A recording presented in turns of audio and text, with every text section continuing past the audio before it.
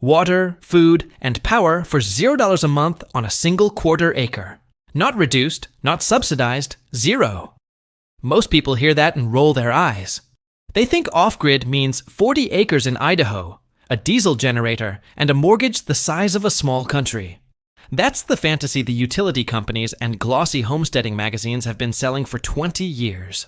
Because if you believe you need 40 acres, you'll keep paying them until you're 65. 1 quarter acre is 10,890 square feet.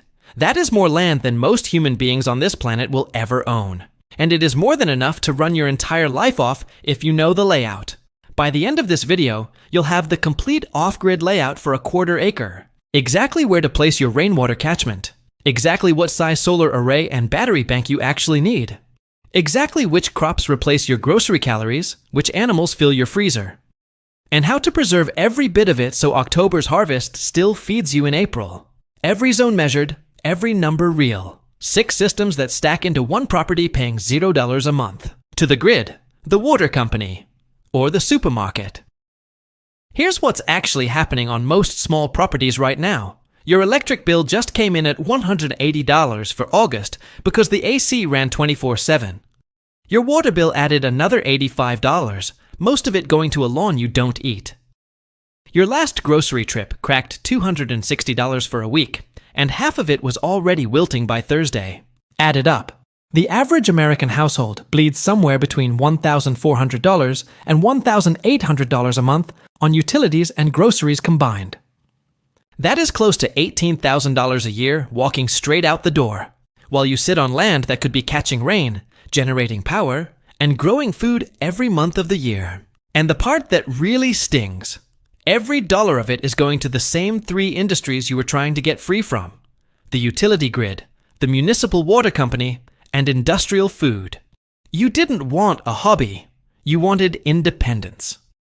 What most people build on a quarter acre is a decorative garden next to a house still plugged into every bill it ever had.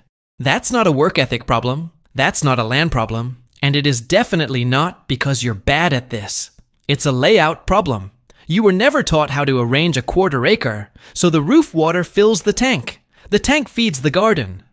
The sun charges the battery holds the harvest, the freezer holds the harvest. Nobody drew you that map because nobody in the utility business or the grocery business profits from you having it. A quarter acre stops being a customer, and the shame belongs to the model, not to you. None of this is new. Before the rural electrification push of the 1930s and 40s, essentially every American farmhouse ran on rain from a cistern. Food from the garden, meat from the yard, ice from the ice house, and a wood stove for the rest. The Amish never abandoned that model. They simply updated the tools. In Europe, the old cottage garden compressed grain, greens, herbs, chickens, bees, and a pig onto plots the size of a modern suburban lot. And it fed families through winters colder than anything most of us have seen. During World War II, over 20 million American backyard victory gardens produced roughly 40% of the country's fresh vegetables, from lawns and vacant lots. None of those people had solar panels or lithium batteries. We do. The knowledge is old, the technology is new, the layout is the bridge. And I'm about to walk you across it. Zone 1 is rainwater catchment and bulk storage. This is the anchor of the whole property, because without water, nothing else on the list matters. Here's the math that changes how you see your roof. Every 1 inch of rain landing on 1,000 square feet of roof gives you roughly 620 gallons. The continental US averages about 30 inches of rain a year. A modest 1,200 square foot roof in an average rainfall zip code delivers close to 22,000 gallons of clean, soft water every single year. Free, falling out of the sky. And most people are just letting it run down the driveway. The setup is boring in the best possible way. 6-inch aluminum gutters, first flush diverters that dump the first 20 gallons of every storm. So bird droppings and roof dust don't ride into your tank. From there, food-grade IBC totes at 275 gallons each, or 1 bulk poly tank at 1,500 to 2,500 gallons, tucked on the north side of the house where the sun can't cook it. I run 3 275-gallon totes plumb together, plus one 1,550-gallon polytank on a concrete pad. Total capacity around 2,375 gallons for under $1,400, built from scratch. I felt ridiculous the first time I stood in a downpour watching those tanks fill up like a kid on Christmas. 10 minutes, 400 gallons. A full week of water for a family of 4. Storing water is one thing. Getting it into the house without a monthly power bill is another problem entirely. Zone 2 is gravity-fed distribution and slow sand filtration. Because a tank full of rainwater is not the same as water you can drink, cook with, or pour on a bed of leafy greens. This zone is where physics does the work of a utility company for free. The layout is simple. Your main storage sits uphill of the house. Even a 4-foot elevation gain over 30 feet moves water through half-inch PEX line at usable pressure. From that main storage, a branch line runs to a small header tank in the attic or on a stand, giving you the pressure needed for a shower and sink. For drinking water, you install a slow sand filter, a food-grade barrel filled with layers of gravel and sharp sand, with a biological layer on top that removes 97% to 99% of pathogens. The World Health Organization has been documenting slow sand filtration in developing countries for decades. It works. Behind that, a gravity-fed ceramic and carbon element pair polishes off taste and any remaining nasties. One set of elements handles roughly 6,000 gallons before replacement. Full drinking water system, sand filter plus gravity element housing, builds out for about $220. Compare that to the average US water and sewer bill of roughly $115 a month or $1,380 a year. And the payback is honestly embarrassing. Every gallon of overflow from the header tank runs straight to the garden. Nothing wasted, nothing costs a dime after install. But water only powers a house if you also have electricity. Zone 3 is the solar and battery power core, the beating heart of the whole property. This is where most people overbuy and go broke, and where a right-sized system pays for itself in about 6 years and keeps paying for the next 20. Start with an honest load audit. A modest off-grid house, LED lighting, an efficient chest freezer, a fridge, a laptop, phones, and a small water pump. Draws about 4 to 6 kWh a day. Not 40, not 60, 4 to 6. Most grid-tied homes waste more than that in phantom loads alone. To cover that reliably, you're looking at a 3 kW solar array, roughly 8 modern 400-watt panels, paired with a 10 kW LiFePO4 battery bank and a 3000-watt PureSine inverter. A DIY build of that exact system in 2025, panels, batteries, inverter, charge controller, wiring, breakers, and rack, lands between $6,500 and $9,000. The average American household electric bill runs about $145 a month, or $1,140 a year. The system pays itself off in 4 to 6 years and delivers another 15 to 20 years of free electricity after that. LiFePO4 chemistry is rated for around 6,000 cycles. That's over 16 years of daily use before capacity meaningfully drops. I mounted mine on a south-facing ground rack instead of the roof, so I could clean snow off in January without becoming a helicopter rescue statistic. Small detail, big deal. Now the property has water and power. What it doesn't have yet is calories, and that's Zone 4. Zone 4 is the Calorie Core Garden Zone. This is where most homesteaders quietly fail without realizing it. They plant lettuce, tomatoes, and basil, take beautiful photos, and then wonder in February why the grocery bill hasn't budged. Salad is not a food supply. Calories are. The Calorie Core is a dedicated 1,500 to 2,000 square foot block on your quarter-acre, planted exclusively to 4 crops that actually replace grocery calories. Potatoes, dry beans, winter squash, grain corn. That's it. No decorative kale, no $8,000 heirloom pepper starts, just staples. A 100-foot row of potatoes, spaced properly and mulched deep, yields between 150 and 200 pounds. 2 rows and you've got the family's potatoes for a full year. Dry beans, pintos, black turtle, or cranberry deliver 40 to 60 pounds per 100 square feet. And they'll sit in glass jars for 4 years without a wince. Winter squash, butternut, hubbard, kabocha is the lazy homesteader's miracle. Throwing 40 to 60 pounds per vine and lasting 6 months in a cool pantry. A 400 square foot patch feeds a family from October through March. Grain corn dried on the cob and cracked at home replaces store-bought cornmeal, polenta, and animal feed for pennies per pound. Rotate these 4 blocks year to year. Side dress with compost from the animals in Zone 5. And you have somewhere between 800 and 1,200 pounds of dense, storable calories every year, off less than half of your quarter acre. That handles the carbs, but a diet is not just carbs, which is where Zone 5 stacks up. Zone 5 is the vertical protein stack, the piece most beginners overbuild.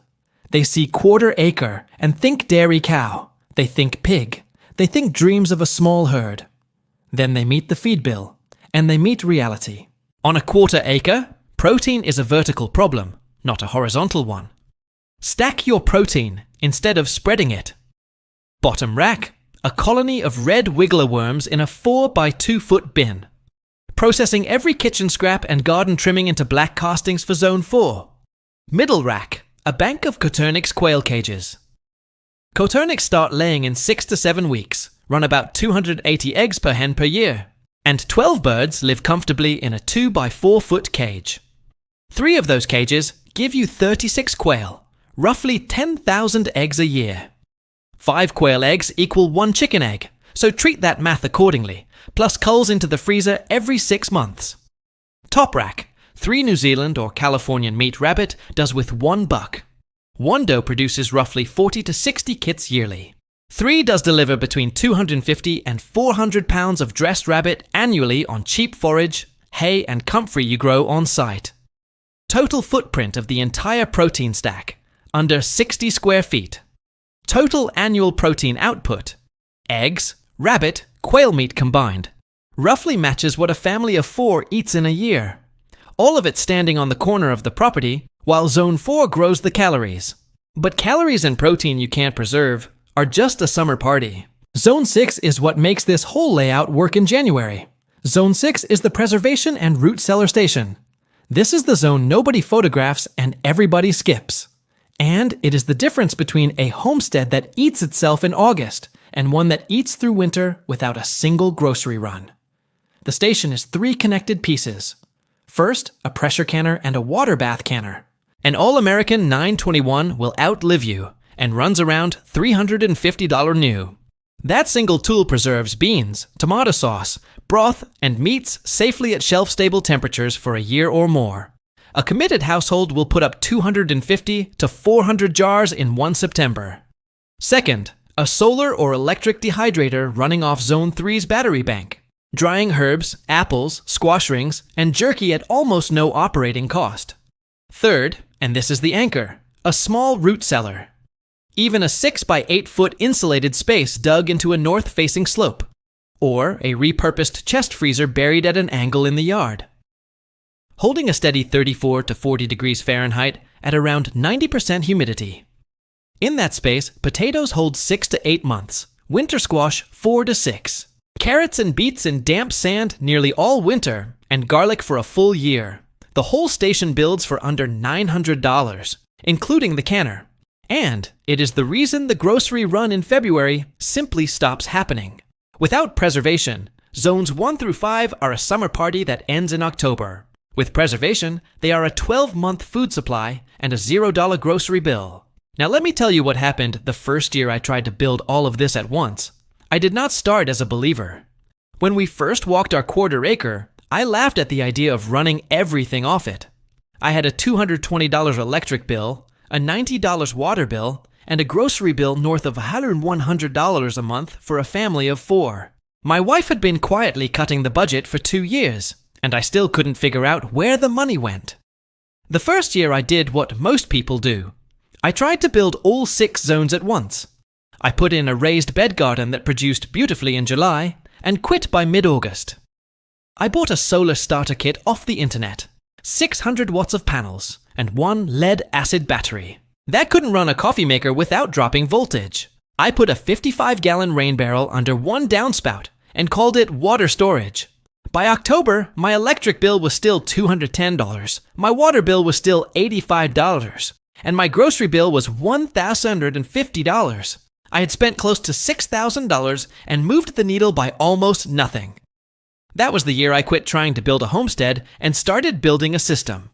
I sat down with graph paper. I drew every zone in its correct place. I sized every tank, every panel, every bed, every rack against a real household load. And I built it in the correct order.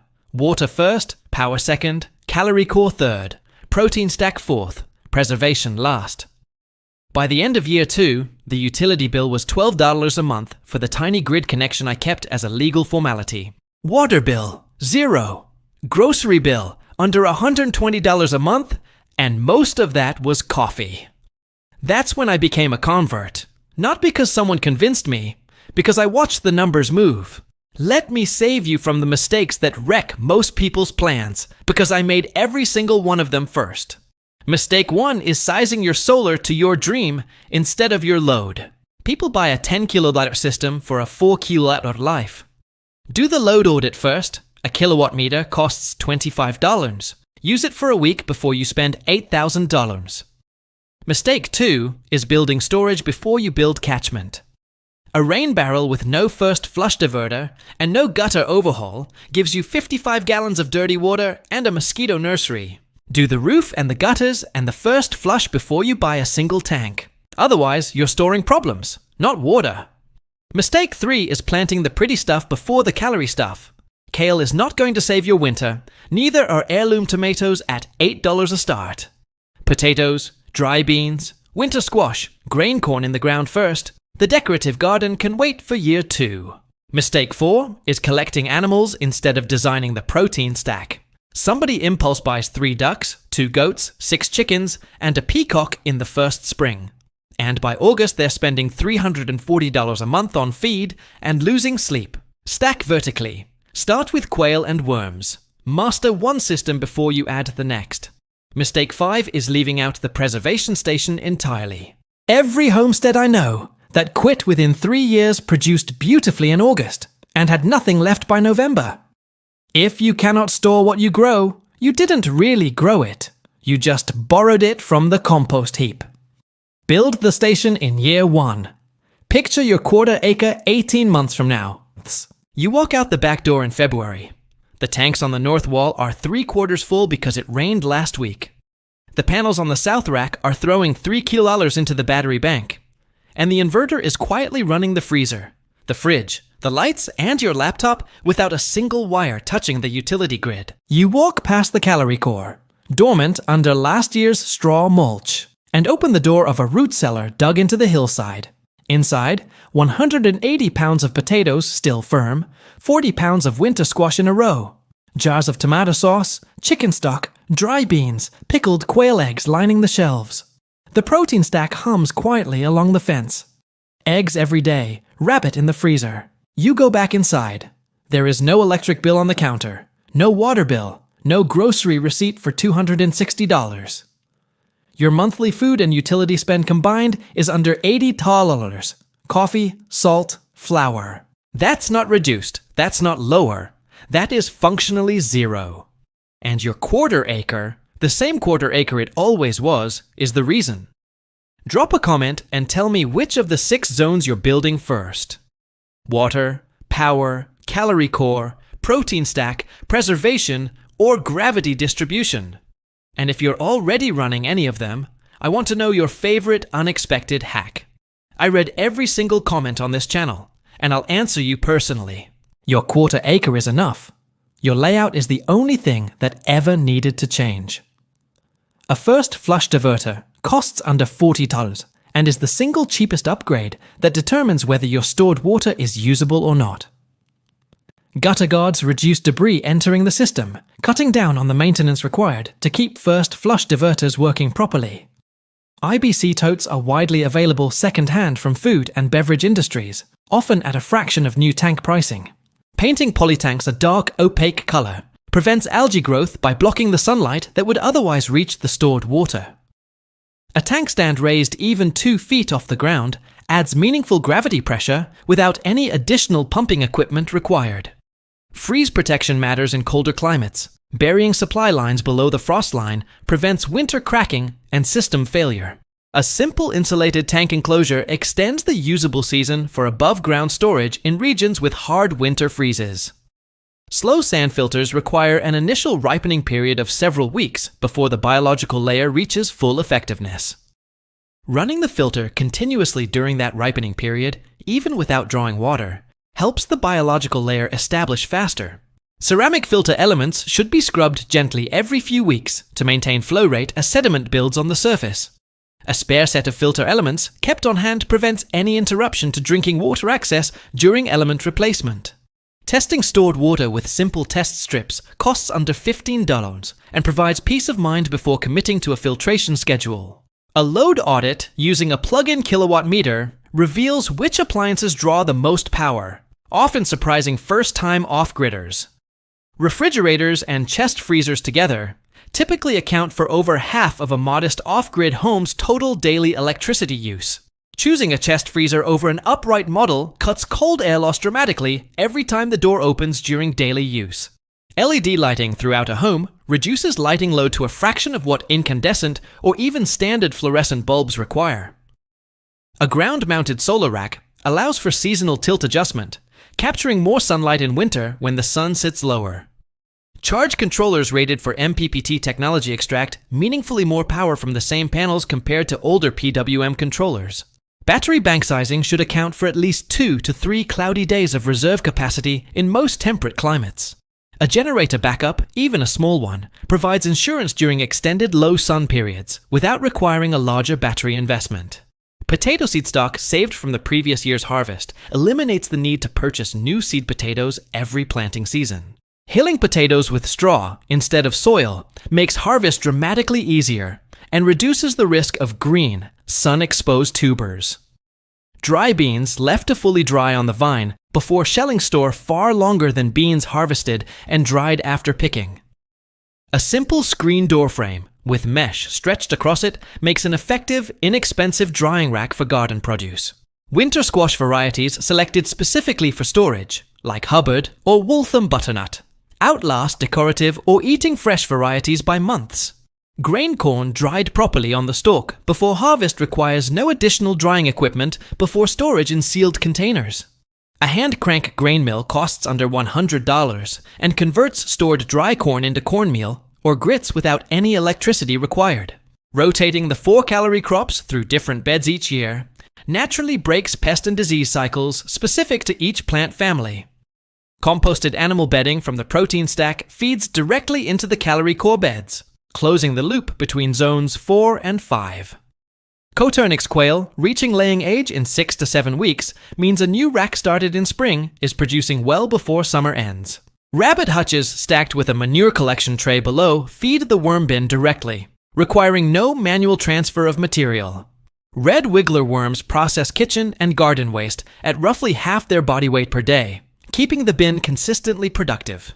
A 3-tier protein stack built from salvaged lumber and wire mesh can be constructed for under $300 in total material cost. Pressure canning at elevation requires adjusted processing times, which most canner manuals include in a simple reference chart. A water bath canner handles high-acid foods like tomatoes and pickles, while low-acid foods like beans require pressure canning specifically. Dehydrated jerky stored in vacuum-sealed bags maintains quality for well over a year without any refrigeration required. A root cellar's temperature and humidity can be monitored with a simple $15 hygrometer, preventing spoilage from improper conditions. Ventilation in a root cellar prevents ethylene gas buildup from stored apples, which can accelerate spoilage of nearby potatoes. Labeling every jar with contents and date prevents the common mistake of losing track of a full pantry's actual inventory. A rotating shelf system, oldest jars in front, ensures nothing gets forgotten in the back of a fully stocked root cellar. Tracking utility and grocery spending monthly on a simple spreadsheet reveals exactly how fast each zone is paying for itself. Most off-gridders find the water and power zones pay back within 5 to 7 years, with food zones paying back even faster. The build order matters as much as the individual systems. Water and power first, because nothing else functions without them. calorie crops come third because they take a full season to establish before any meaningful harvest arrives. The protein stack comes fourth because it depends on kitchen scraps and garden waste that only exist once the garden is running. Preservation comes last in the build order, but should never be an afterthought. It's what makes every prior zone actually count. A property running all 6 zones for several consecutive years shows compounding returns as soil, battery cycles, and skill all mature. Soil in the calorie core measurably improves each season as compost from the protein stack cycles back in continuously. Battery performance stays consistent for well over a decade with proper charge management, extending the system's effective payback period further. The confidence built from getting water and power right transfers directly into the patience needed for calorie crops to mature. None of these 6 zones require specialized skills beyond what a motivated homeowner can learn from careful research and practice. The quarter-acre was never the limiting factor. The sequence and the layout were always the missing pieces. 6 zones, 1 quarter-acre, and a monthly bill that finally reads 0. That's not a fantasy. That's a layout.